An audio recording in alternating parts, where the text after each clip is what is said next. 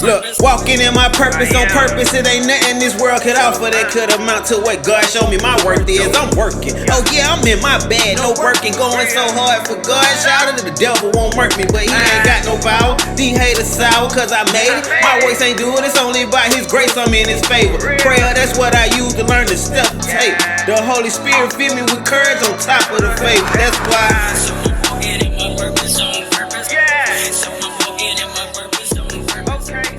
So I'm walking in my purpose on. So today with us on Stool Talk, we're honored to have a special elite student athlete. Here on Stool Talk, we walk in our purpose on purpose. And today's guest is definitely jumping in his purpose. He's a great athlete, part of a great ranked team. He finished tops in his OVC conference.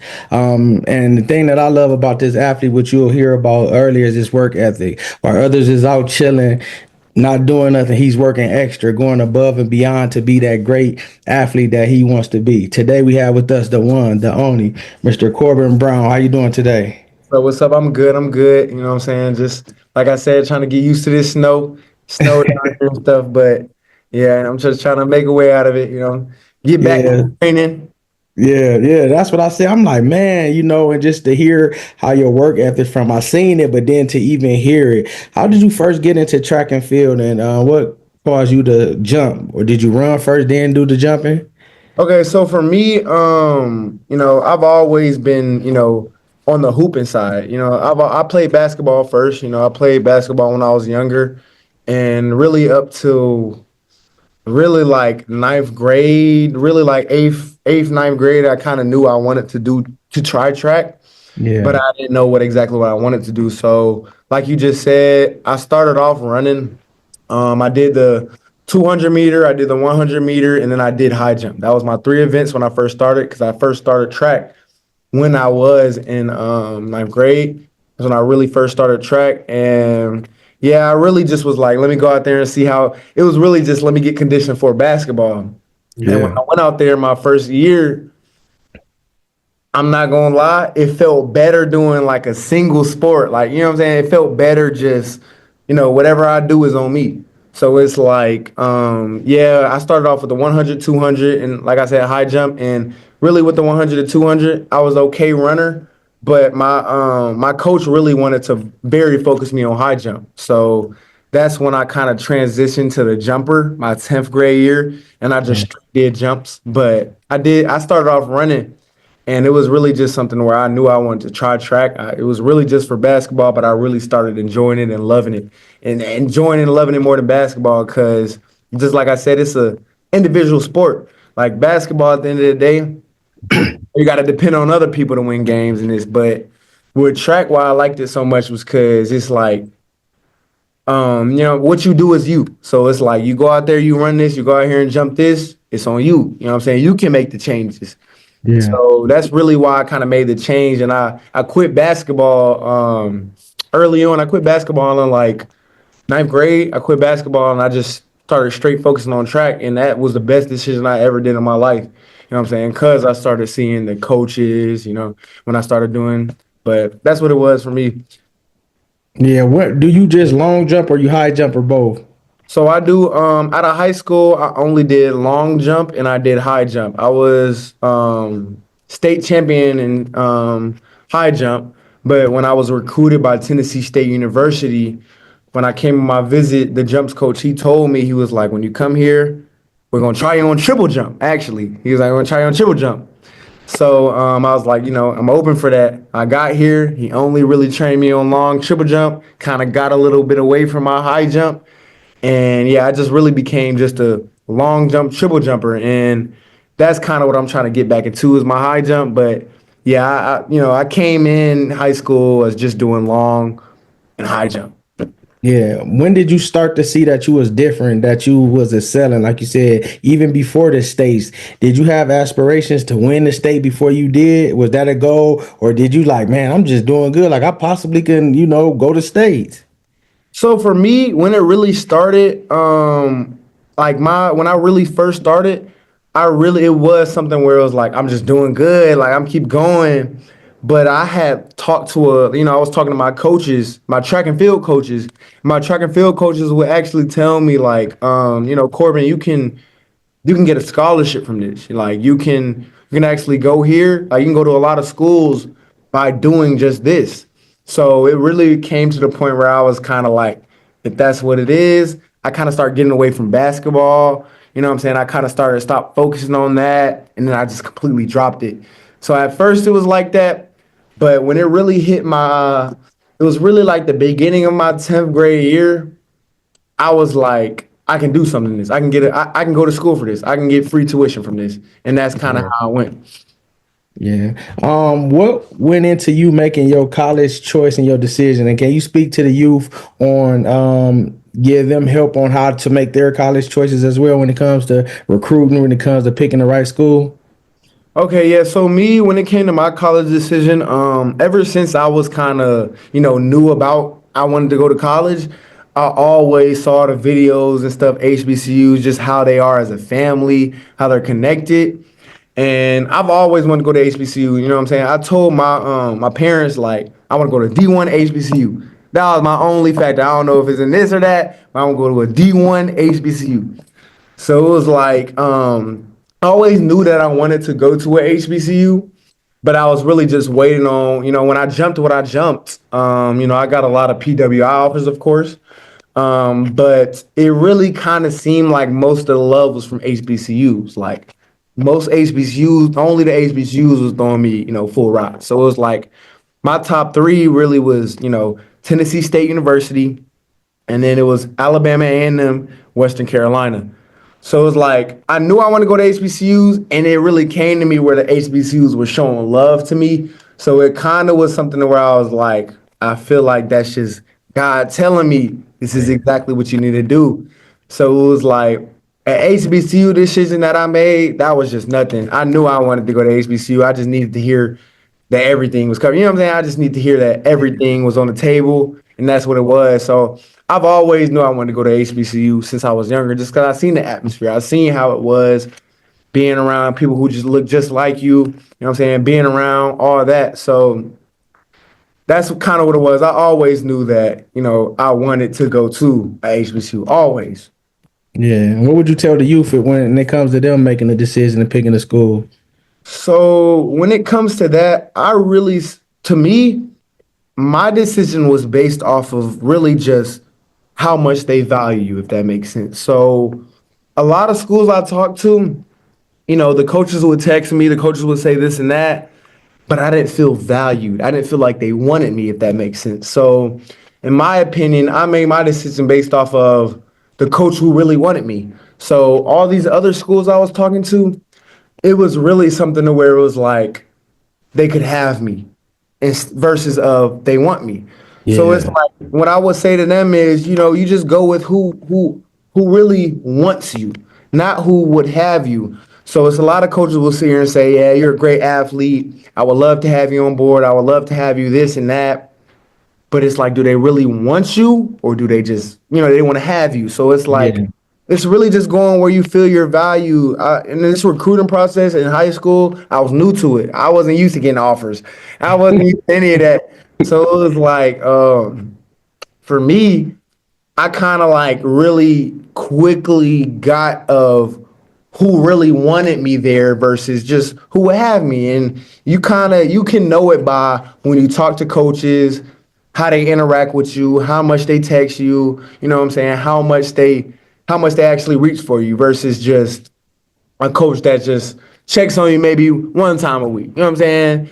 But for me, it's really just I would tell them go exactly where you're valued. It's not just about a big school. It's not just about this and that. Because I've had big schools, this and that, but I didn't feel valued. I didn't feel if I would go to this school, I would feel valued by the coach and the athletic director. Here, I feel exactly that way. My Yeah. coach, I feel valued by her. I feel valued by my athletic director. Yeah, that leads me to my next question. What's your favorite aspect about being part of the TSU track team? So my favorite aspect actually being a part of TSU is really just like a family aspect. So like when I say a family aspect, it's, a lot of people say at HBCUs that's how it is, but you really see it when you're an athlete. So it's like we do things just as like movie nights, game nights, like we really do team bond and things like that. And it's like it really feels better to me being an athlete because all these people look like me, and it's like at the end of the day, we all want the same goal. So it's like at the end of the day, I really feel like TSU has a family aspect. We all do everything together as a team. So it's like we go after meets, we go out to eat. After meets, we talk about what we could have did differently, and it's just always felt that way. I stay in the same hallway as all my track athletes, so it's like it's really a family type of thing. And I don't know if I would have really got that same family feeling at a PWI just because PWIs are normally bigger than HBCUs. Yeah. But I really feel like it's a family aspect. I can tell anybody on my team anything I'm dealing with, anything I'm going through, and they'll tell me, okay, this is what it is, this is what it's at, and we're very close. We're very close. Yeah. That's one thing you also see at HBCUs. Obviously, the sports teams are smaller than PWI, so it's like it forces you kind of be a family. So it's Yeah. that's just what we is. Like we hang out together, we talk about this. I can tell anybody on my team what it is, and that's really what keeps me going about the school. The atmosphere, like it's just I really like it because it's like this is something that I've always said I wanted since I was younger, and now I'm actually seeing it to come out. I'm seeing us bonding. I'm seeing us doing this together. Yeah, and that's why we do these interviews, allow people to see your journey, the people that follow you, the people that looked up to you when you was winning the state, the people that look up to you now, even when you in college, competing at a high level, they see the journey. And it just showed me that your faith that you had when you was younger was still there, and God was like, you know what, I got you. You got faith for that, I'm gonna make that happen. So now when you talk about what God did, people see it. Now they can be able to have faith to go to the school that they want to, or have the dreams, or have the times, the PR times that they want. What's the most challenging part about competing as a jumper, and how do you overcome it? So the most challenging part with me for real is really just your mental going into it. So when it comes to jumping, when it comes to sprinting and jumping, sprinters they see their competition, they go out there and kind of they just run. I'm not saying they don't do anything, but when it comes to jumpers, it's kind of more mental because you have 3 attempts in everything you do. So it's to the point to where it's kind of you're sitting here and you're evaluating what am I going to do this next jump. So Yeah. for real, for me, the biggest thing that kind of shakes me when I go and jump is your mental. It's all about your mental. So certain times I was going into meets mad about my grade in this class. You know what I'm saying? Mad about just little things, mad about things that's going on in my household, but it's about your mental. You can't go in there, you can't go in jumping anywhere thinking about that because it's going to affect your mental. Jumping is a lot about mental because if you do your first jump and you don't jump what you jump, you can't, you're forced to get in your head. You know what I'm saying? You have 2 more attempts, but you're forcing your head. I know I couldn't jump this. I know it is. So for me, it's really just it's a mental thing. I go into all my meets with a calm mental. So when I say a calm mental, I go into my meets with a clear head. I go into my meets talking to people before that tell me things to give me a clear head. And when I jump, I'm straight jumping. I'm focusing on straight jumping. I'm thinking about anything else. So as a jumper, that's definitely hard versus a sprinter. It may be a little easier, but when it comes to jumpers, you have 3 attempts, and between those 3 attempts, it's a little long wait. Maybe 4 or 5 people ahead of you before you jump again. So it's like it's all about mental when it comes to long jump and triple jump, even in high jump. It's all about mental because at the end of the day, it's you versus you when you're on that pit. When you're in Yeah. that pit, it's you versus you. So it's like you either let your mental get the best of you, think about this and that, and you go out here and do this, or you have a calm mental, you go in the meet knowing what you can do, knowing what you can do, and you jump what you can jump. So for me, Yeah. like you said, it's really just all about mental, like, and that's the thing I still work on to this day as a sophomore in college. As my Yeah. second year, I still have to work on my mental going into meets because things are gonna happen in life. Like, and I realized that, I realized that early. Like, just recently, I realized that like things gonna bring you down, you know. But it's really about when you go into competition, when you verse the people who you know you're going against. How is your mental? You have a Yeah. calm mental. You have a mental knowing that what you're gonna do when you go into the meet, knowing what you're gonna jump, knowing what you can, what you have jumped, then you can jump what you jump. But if the Yeah. mental's not there, then you may not have your best performance. And I've noticed that. I've noticed that about many meets. Yeah. What do your practice look like? What does practices and training look like?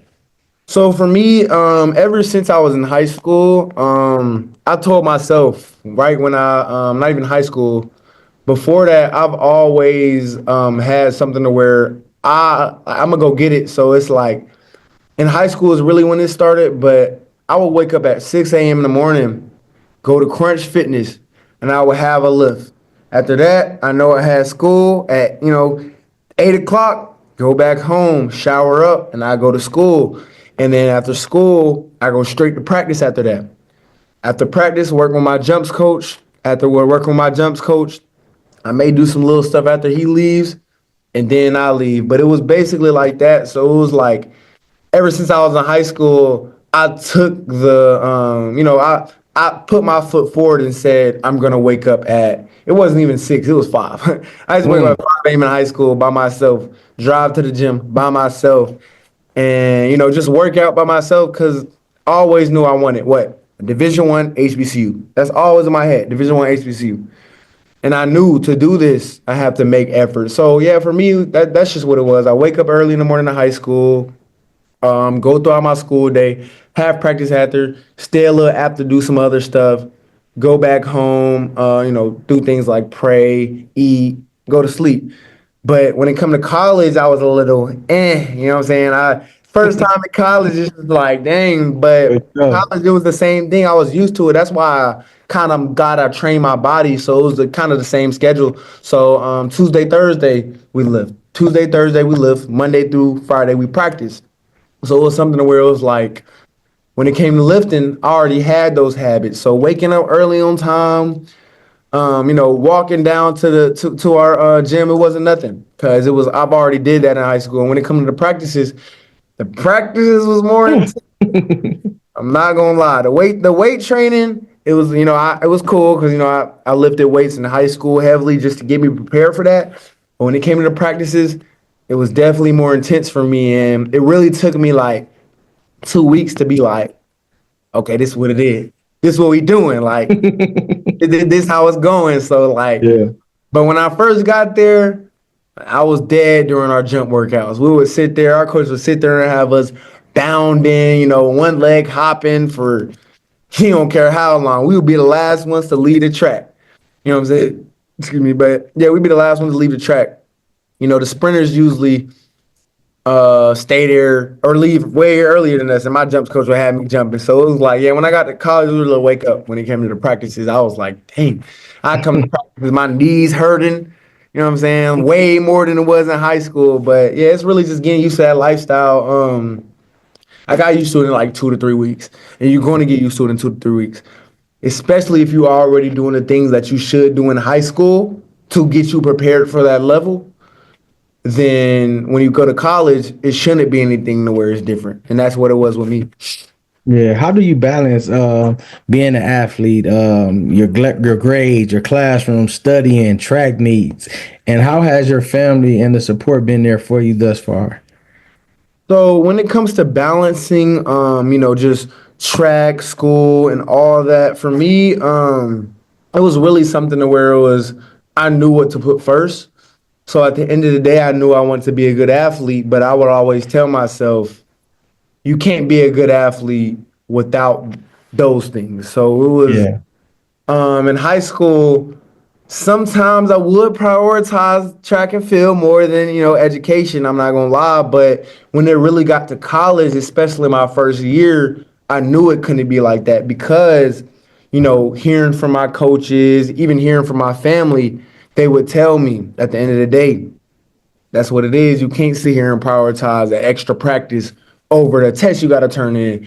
So yeah, my first year of high school, I was having a little trouble with it, but when I got it, and I ended off, my first freshman year with a GPA that's, a GPA I could accept. But obviously, I could balance it a little better. You can always do everything better. There's always room for improvement. But it's really just about learning about priorities. Learning about the things that really matter in life.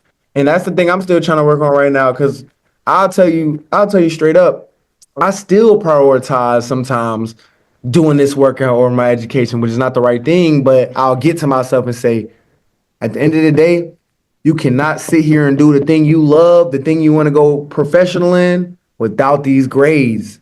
Yeah. So it's really something to where, my family pushed it too. My mother, she's a teacher. So she really pushed that on me. And I feel like my freshman year, I moved as it. I could have moved better with that, but that's still what I'm working on. Is just prioritize. It's really all about prioritizing. And at the end of the day, you can't do what you love if you don't have that. That's what I Yeah. accepted, and that's what I've walked by. Yeah. Do you have any mentors or anyone that you look up to? And who do you pattern your jumping ability as? So for me, I don't have, or I'll say my mentor is really just my dad, because my dad, he's always kind of been the person to really just make sure I'm doing what I'm doing. And not even when I'm saying make sure I'm doing what I'm doing, that doesn't even come just to the track and field. My dad always, even my mother as a teacher, they would both just make sure just like I said, prioritizing what it was over, what I should be prioritizing over. Yeah. And when it comes to like really just who I look up to, I look up to myself. You know what I'm saying? I watch jumpers, I watch what jumpers do, but I've never been the type of athlete to kind of mimic what I do off of them, because I'm Korbin Brown, and what I do is what I do. What I put in the history books is what I put in the history books. So it's like I've always thought of myself as that athlete. HBCU athlete coming to all SEC meet. I'm going to Yeah. show y'all what an HBCU athlete did. So it was like, that's really always what it's been for me. I've never, I've seen jumpers, I watch jumpers, I mock jumpers all the time. I try to mock jumpers all the time, but I've never sat here and really said, I'm going to jump like this person. I jump like Corbin Brown, and I'm always Right. Corbin Brown, because Corbin Brown is going to be Corbin Brown in the future. And Yeah. I've always thought about it. Like my mentality always been is, like I said, my dad, he going to tell me what to do when it comes to just being a man, prioritizing what you're not prioritizing. But I've always just told myself, I'm the jumper that I am. I'm not trying to mimic, or not even just mimic, but just try to like do something that another jumper does, because I'm going to be that jumper that people may want to do that too. That's what I want to be. And that's Yeah. how I've always kind of looked at it in a type of way. Yeah, what's your goals individually and team wise? Because you was already on a ranked team. You're probably gonna be ranked this year. You finished like in the top three in your championships multiple times. So, what is your goal this season coming up, team wise and individually? So when it comes to team wise, this year we did have some recruits come through. So I really feel like those recruits coming through, as a team, we can definitely make some noise in the Ohio Valley Conference. I feel like, not even I feel like, I know that we can win the Ohio Valley Conference because we're a more deeper squad. Compared to last year, we didn't have as many people as we have this year.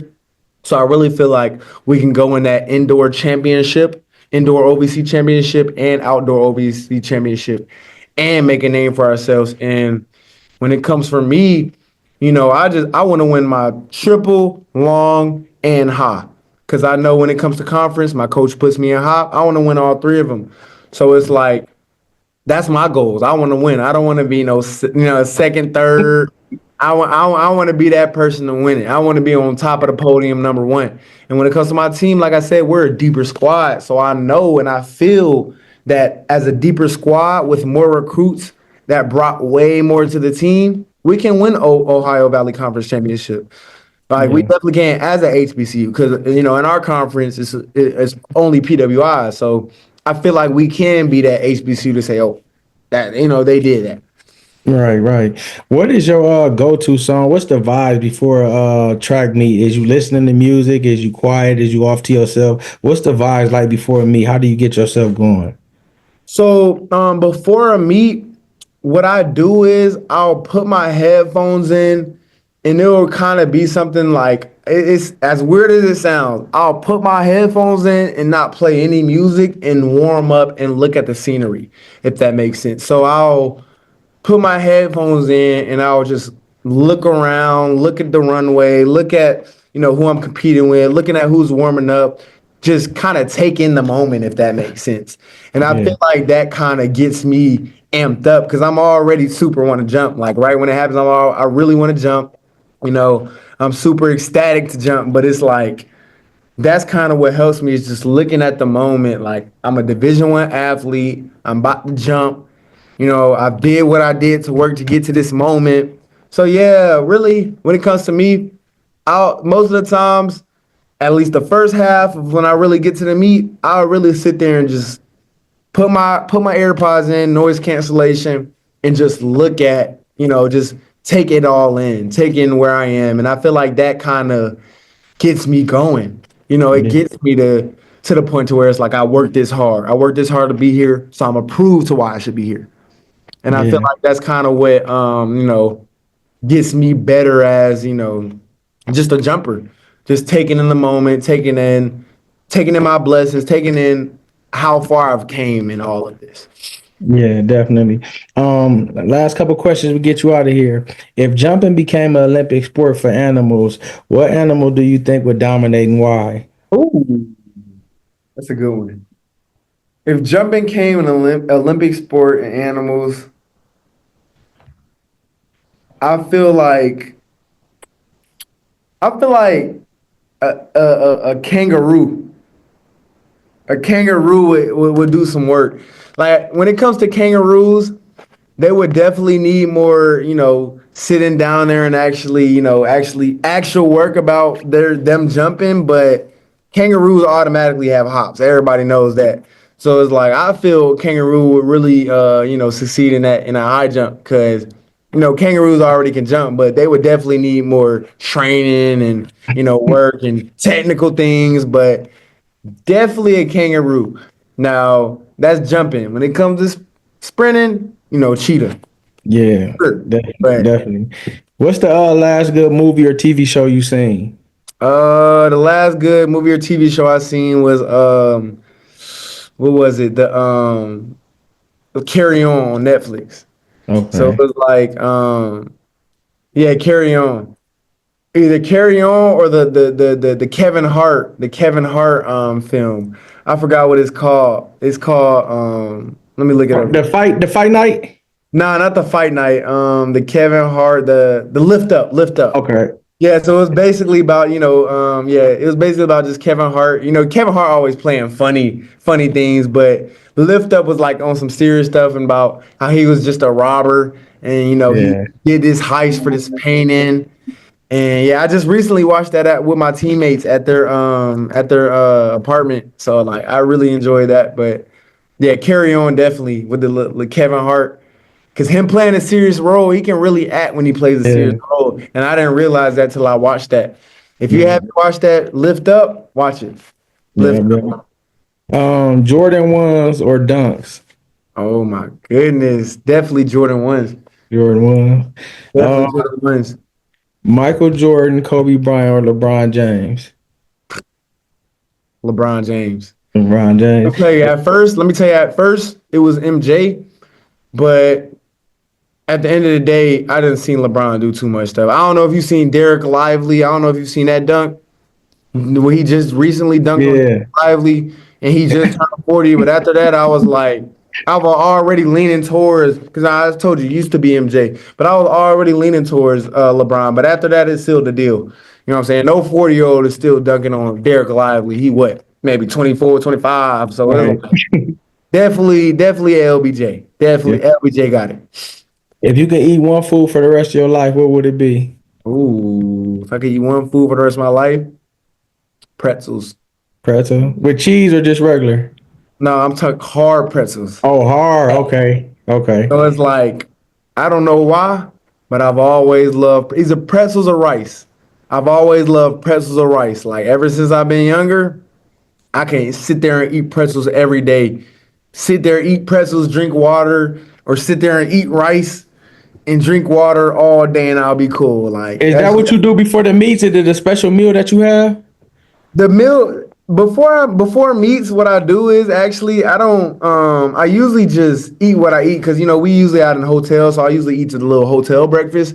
Yeah. But what I do before meets, I will say this. I'll give me like a little kind of little energy drink, and I'll drink a little energy drink just to get me going. Because sometimes you wake up for those meets, especially because the jumpers always jump in the morning. So you kind of wake up to those meets. I've never been an energy drink type of person, only at meets. But yeah, you kind of wake up a little just sluggish because obviously people wake up sluggish. But yeah, I drink a little energy drink. It get me going. It get me up. You know Yeah. what I'm saying? And I get it going off that. But definitely that, yeah. But pretzels and rice for sure. I can eat pretzels and rice every day and I'll be cool. Pretzels, rice, water, that's all I need. When it's all said and done, and you hang your spikes up. What kind of athlete do you want people to know you as? I want people to know me as the person that's always gonna go get it, if that makes sense. So me being, if you were low in the podium, if you're low in your jumps, you're low in your sprints, I always just want to be the person that they look to as Corbin gonna go get it. And that's how I've always felt how I've been. I've always, in my whole sports track career, kind of been on a low podium of things. You know what I'm saying? I've always started off as the person that they don't expect to do this. OVC, I wasn't even seated, maybe. I wasn't even seated top 5, top 6. You know what I'm saying? So to me, I want people to look at me as a person that's going to go get it when it matters. Yeah. Because that's always what I did. State championship as in high school. You know what I'm saying? I did a decent jump before then, but I know myself. I told myself, state championship, I'm going to go get it. And that's how it's always been for me. I always go get it when it matters. So I always want anybody, if you ever look at me, you ever see me, when I do hang my spikes up, I always want people to see, oh yeah, Corbin gonna go get it when it matters. Whenever it matters, whenever it really count, whenever it really, Corbin gonna go get it. Corbin gonna win that. Cause that's how I always felt. That's how I always walked. That's how I always been. I'm gonna go get it exactly when it matters, whatever it take. You know what I'm saying? That's how I've always felt, and that's how I've always been. Yeah, definitely. And whatever comes on your heart, can you speak something positive to the youth? So I can definitely speak something positive on you. So when it comes to me, I just like I told you, this certain month, it's been, I'm not gonna lie, it's been a bad month for me. I'm gonna just say it like that. It's been a terrible month for me, just dealing with a lot of things, losses, just things on top of that, multiple losses. Like this December month's been terrible for me, but and at the end of the day, I could have laid down and said, because of this happened, because of this loss, I don't want to train today. I don't want to do this. I don't want to do this. But this month really showed me how bad do you want it and how deep are you going to dig? Because there was times to where after this month where I wanted to sit down and lay down and be like, I'm not going to lie, this is messed up, man. I don't want to do any training. I don't want to do anything. But I had to dig deep. It's really just about digging deep. Like, you know, there's always, I came from a straight good month and then, move on to the bad month. There's always going to be times to where it's bad. Like, always gonna be times where it's bad, but it's really how you deal with it is what makes you the difference between a boy and a man. You know, after the month I had, I still continued to sit here and train. I still continued to sit here and do what I do, but I knew that I couldn't not afford to do that because as being an athlete, as being as the high caliber athlete as I am and what I want to be, I can't sit here and lay down. Things are always going to happen bad in life. And I've seen it this month. I've seen it back to back to back, but I still continue to do the same thing as I do. So My main message in all that is whatever happens, life gonna throw whatever it is at you. Life gonna throw this and that. And I seen it this month, just like I told you. But it's really how you handle it and how you come out of it is what really makes you a man. And I'm really still trying to learn that myself. But at the end of the day, that's what makes you a man. Life gonna throw this, life gonna throw that, but it's really how you come out of it. Are you gonna still train? Are you gonna still go for the goal you want? Are you gonna lay down and not do? Are you gonna lay down and get into bad habits? No, that's not what makes a man. That's not what makes a great athlete. So at the end of the day, that's what all I say. Life gonna throw things at you. You're gonna have the worst moments of your life. And I seen it this month, but it's how you deal with it. And it's how you move forward. Definitely. And we thank you. We're spotlighting you for your hard work on the track, in the classroom, and just your character. I can tell that you love the sport that you play because you light up when you talk about it. May God continue to bless you. Korbin, you have everything inside you that you need to be great, to accelerate, to take it to the next level, to even go to the Olympics, to either take it how far you want to go. Your determination, your faith, your ability to know that you can trust in God for him to be able to lead you. So we pray that he give you favor in the classroom, in the track, and wherever else you need it, wherever you tread your feet on, that you will have favor in it, and that this year be a year like never before. We pray that the peace of God be upon you as you deal with different things, as you go through those bad times, that God will be able to give you the capacity to push through and persevere, because if God is for you, who could be against you? We thank you for this opportunity. We're going to be following you. We're going to be supporting you. We're going to be sharing you and your journey as well. And we just appreciate you for this opportunity. I thank you for this opportunity and for bringing me on here. Yeah. Ladies and gentlemen, Mr. Korbin Brown. I thank you for this, sir.